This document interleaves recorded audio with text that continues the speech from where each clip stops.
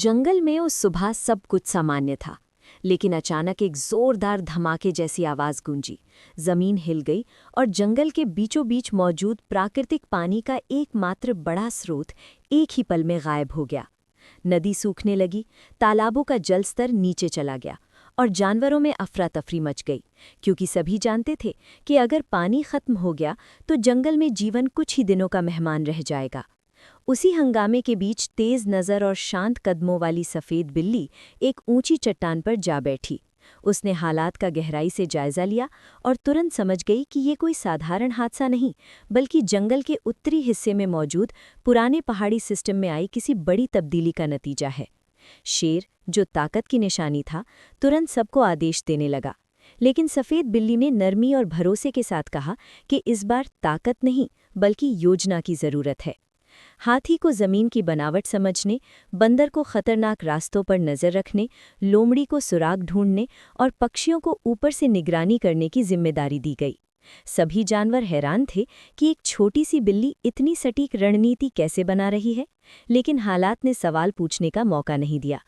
Team उत्तर की ओर रवाना हुई तो सबसे पहले उन्हें टूटे हुए पेड़ों का एक इलाका मिला, जहां जमीन जगह जगह धंसी हुई थी। हाथी ने रास्ता बनाया, लेकिन एक पल के लिए वो खुद भी फंस गया। उसी समय सफ़ेद बिल्ली ने बंदर को ऊपर से रस्सी बांधने का इशारा किया और सब ने मिलकर हाथी को बाहर निकाला। आगे बढ़ने पर पहाड़ के अंदर एक गहरी दरार मिली, जिससे पानी नीचे की ओर बह रहा था, यानी पूरा जल प्रणाली किसी गुप्त सुरंग में चली गई थी। ये सुरंग सीधे पहाड़ के भीतर जाती थी, अंधेरी, संकरी और खतरनाक। हर कदम पर पत्थर गिरने का डर था। कुछ जानवर पीछे हटना चाहते थे, लेकिन सफ़ेद बिल्ली सबसे आगे बढ़ी और बोली, अगर मैं जा सकती हूँ तो आप सब भी जा सकते हैं। ये सुनकर किसी में पीछे रहने की हिम्मत नहीं हुई। सुरंग के अंदर प्राकृतिक रुकावटें थीं, कहीं पानी बहुत तेज था, कहीं हवा कम थी, कहीं रास्ता दो हिस्सों में बँट जाता था। हर बार सफ़ेद बिल्ली अपनी समझ से सही रास्ता चुनती, लोमड़ी निशान देखती, पक्षी आवाज़ों से दिशा का अंदाज़ा लगाते और भालू मुश्किल जगहों पर मजबूत सहारा देता।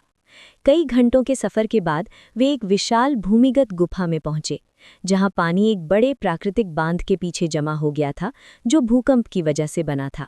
समस्या ये थी कि बांध तोड़ना खतरनाक था, क्योंकि अचानक पानी आने से नीचे का जंगल तबाह हो सकता था। सफ़ेद बिल्ली ने तुरंत चरणबद्ध तरीके से पानी का दबाव कम करने की योजना बनाई। बंदर ऊपर से छोटे रास्ते बनाता रहा, हाथी ने भारी पत्थर हटाए, भालू ने मजबूत सहारा दिया और पक्षी समय समय पर चेतावनी देते रहे।